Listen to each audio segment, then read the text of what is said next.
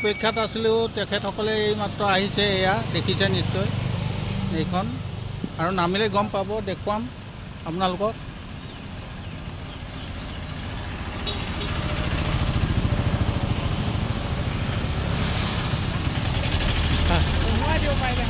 এই বাইদেউক আমি ৰখি আছিলোঁ পাইছেহি আৰু গাড়ীৰ পৰা নামিছেহি অঁ দেখুৱাইছোঁ কৃষ্ণ আগতে ভিতৰলৈ বলক আৰু বাকীকেইজনো আহি গ'ল মানে ৰাইজ বহুত ৰৈ আছে তাতে পাৰিব পাৰিব কোনফালে যাব লাগিব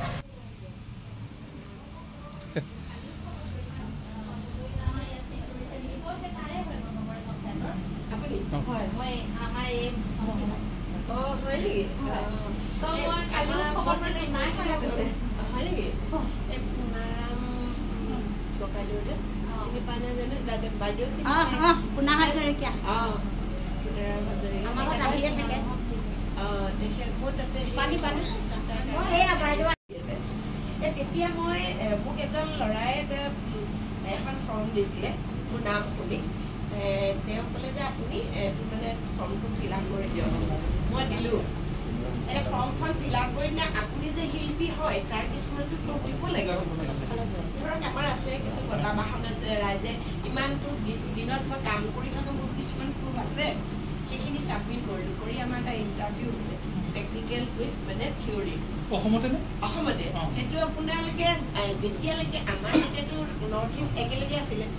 এতিয়াও আছে সেইটো য'ত ডিমাপুৰত আছে কেন্দ্ৰটো NEZCC নাম শুনিছে নৰ্থ ইষ্ট জোন কালচাৰেল চেণ্টাৰ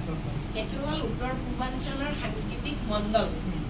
তাত এতিয়াও আপোনাৰ 7খন ৰাজ্যৰ একেকৈ কালচাৰেলটো আছে তাৰমানে এইটো মানে কালচাৰেলি চববোৰ আমি একদিন গৈ আছোঁ তাত আমি 7জন এক্সপাৰ্টৰ সন্মুখত এটা পৰীক্ষা দিছোঁ দিহানাম কি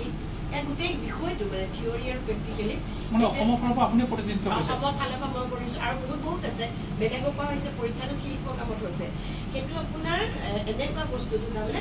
সেইটো গুৰু শিষ্য পৰম্পৰা এটা স্কিম আছে আণ্ডাৰ চেণ্ট্ৰেল গভৰ্ণমেণ্ট আৰু আমাৰ অসমত এতিয়া সেইটোত আপুনি পৰীক্ষাটো দি মই তাত গুৰু হিচাপে পালোঁ এবছৰ মই এটা চেলাৰী পাইছোঁ মই মান্থলি 22,000 ছোৱালীয়ে পাইছিলে 8,500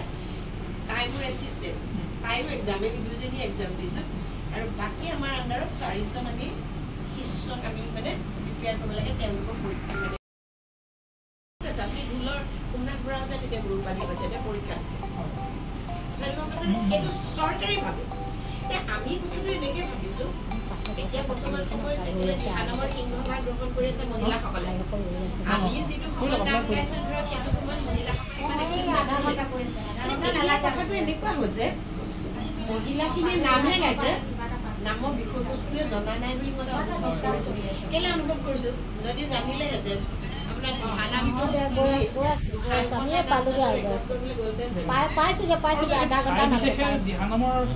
ভংগীখিনি বেলেগ বেলেগ কোনটো হেৰি ল'ব মানে আমাৰ আপোনালোকে নাম যেতিয়া শুনিব তেতিয়াই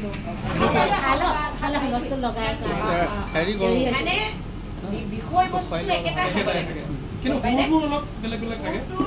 কথাই আঞ্চলিক এটা বৈশিষ্ট্য নাই জানো 60 কিলোমিটাৰৰ ডিফাৰেঞ্চত আমাৰ কথাৰ ভাষা শৈলী বেলেগ বেলেগ যোৰহাটৰ কথাৰ লগত শিৱসাগৰ নিমিলে গোলাঘাটীয়া কথাৰ লগত বা নগৰীয়া নিমিলে এতিয়া মই যিবোৰ নাম দিছোঁ নগাঁও সুৰ আছে নামনি অসমৰ বৰপেটা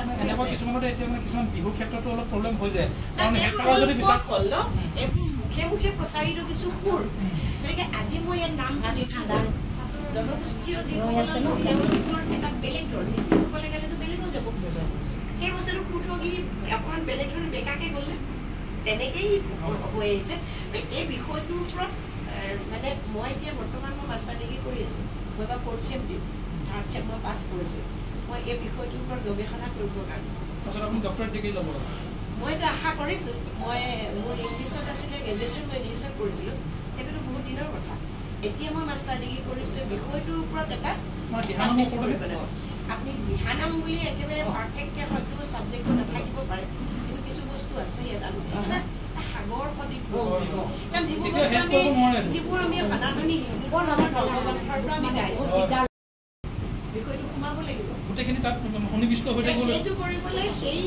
যিজন মানুহে সেই নামখন প্ৰস্তুত কৰিব বা লিখিব সেই মানুহজনে কিমান কথা জানিব লাগিব। মানে এটা শব্দতে মানে বহুতখিনি কথা আহিব লাগিব। এটা শব্দ বুলি নহয়, আপোনাৰ 10 মিনিটৰ সময়ত যে গোটেই কনচেপ্টটো আপুনি তেতিয়া পঢ়িছিলে নাজানো, প্ৰসংগ সংগতি ৰখা ব্যাখ্যা কৰা আপুনি কিমান কেতিয়া নাজানো, কিন্তু সেই বস্তুটোৱে আছে দিহানামত।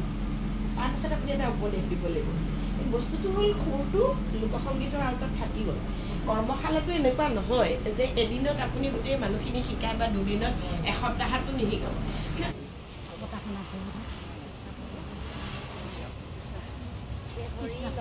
তোমাৰ চৰণে দুই প্ৰেমভাৱে স্মৰণ দুৰ্গ তথা